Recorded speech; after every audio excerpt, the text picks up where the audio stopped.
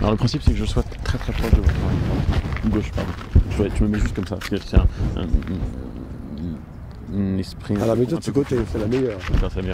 Avec une dimension un peu confidence, voilà. etc. Genre, mes potes, on s'est toujours connus. D'ailleurs, j'ai une copine de hôtel. Qu'est-ce que j'ai mis à Quand tu veux ça, toi, c'est quand tu veux, ouais. Bon, là, je crois qu'il n'y a même pas besoin de le présenter, tout le monde le connaît, la France entière le connaît, le monde entier le connaît. C'est Jacques. C'est Jacques. Et Jacques, il fait quelque chose depuis maintenant très très longtemps. Il fait du personal branding. C'est le premier à l'avoir fait. Et d'ailleurs, c'est l'homme qui rappelle toujours les journalistes. Pourquoi, Jacques? Mais moi d'abord, je crois que la pub doit commencer par soi-même. C'est comme la charité chrétienne. La meilleure commence par soi-même. D'ailleurs, moi, quand je suis malade, que je vais voir un médecin et qu'il est malade, je change de médecin. Donc, si j'étais un annonceur, et si mon publicitaire n'était pas le plus célèbre du pays dans lequel je suis, ben, je changerais d'agence. Mais alors, Jacques, Pourquoi je rappelle les journalistes? Parce que j'ai été journaliste. J'ai commencé avec bonheur dans ce métier-là. J'ai été journaliste à Match, du Grand Temps de Ponvaux. J'ai été journaliste à François avec Lazareff, qui m'a tout appris de ce métier. Et donc, j'ai subi ce que subissent les journalistes, la non-réponse, qui me rendait fou de rage. Et donc, depuis, je n'ai jamais laissé un journaliste sans lui répondre, quitte à lui dire oui, quitte à lui dire non. Et même, je m'engage dans toutes les folies. Je suis toujours... Dès qu'il y a une première émission, tu peux être sûr que tu vas me voir dedans. Je m'engage dans toutes les expériences de communication. Et plus elles sont nouvelles, plus elles sont dures, plus elles sont casse-gueule, plus j'y vais. Et puis maintenant, j'ai mis la barre tellement haute dans les conneries avec la Rolex que je peux tout dire. Il y en a d'autres. Oui, celle-là, c'est la plus belle. Donc je peux tout dire, absolument tout dire. Je suis libéré. Plus je suis à un âge où, écoutez, j'ai la liberté, on peut se lâcher. Il y a un truc qui est assez marrant, c'est qu'effectivement, l'air de rien, finalement, le personal branding, vous connaissez ça par cœur, mais sur Internet, c'est que du personal branding. Alors pourquoi est-ce que c'est une grosse saloperie finalement Internet? Mais comme toujours, tu es journaliste, c'est-à-dire que tu truques les choses. Ah, mais évidemment, il faut faire réagir. Je n'ai pas dit ça, j'ai dit que le net était la plus belle invention du monde. J'ai écrit ça déjà dans un livre il y a 25 ans. J'étais le premier à prononcer le mot net, le futur a de l'avenir. Et je n'ai pas arrêté de le dire. Mais que c'était aussi la pire des saloperies et que si on l'aimait comme je l'aime, et je peux que l'aimer, c'est 25% de notre business. Alors moi je l'aime, je l'aime deux fois.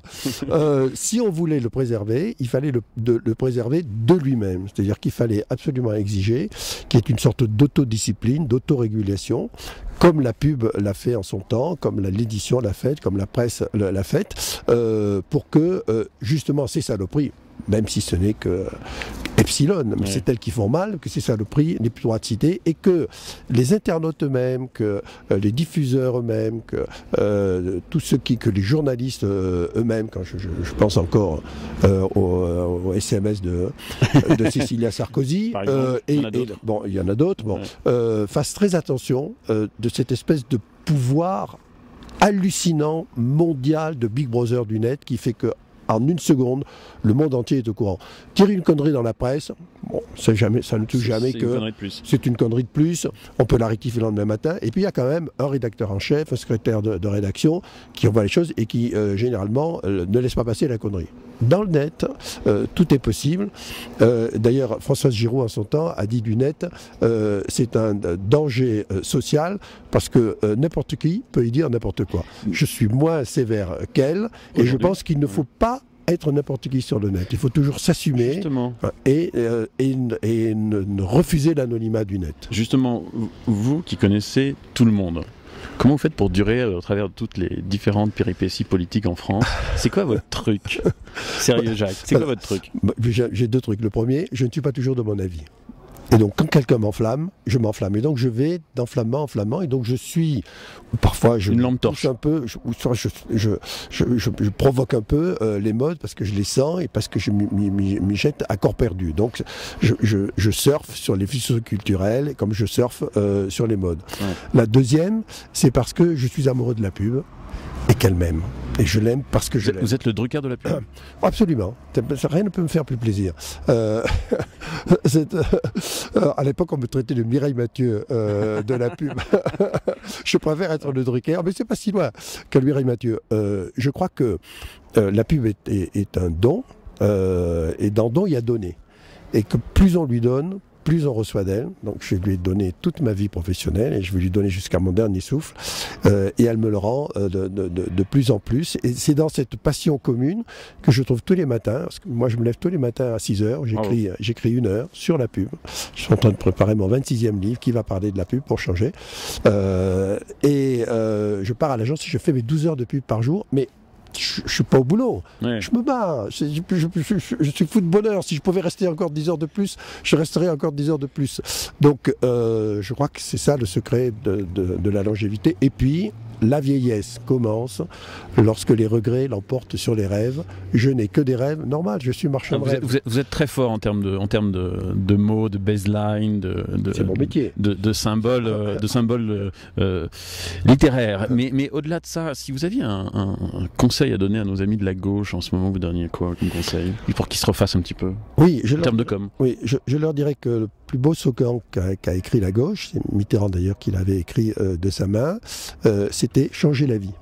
Et qu'aujourd'hui, nous sommes dans un moment où il va falloir penser autrement, dépenser autrement, vivre autrement, communiquer autrement, faire de la politique autrement, faire une France autrement, et que le slogan du jour, c'est changer de vie.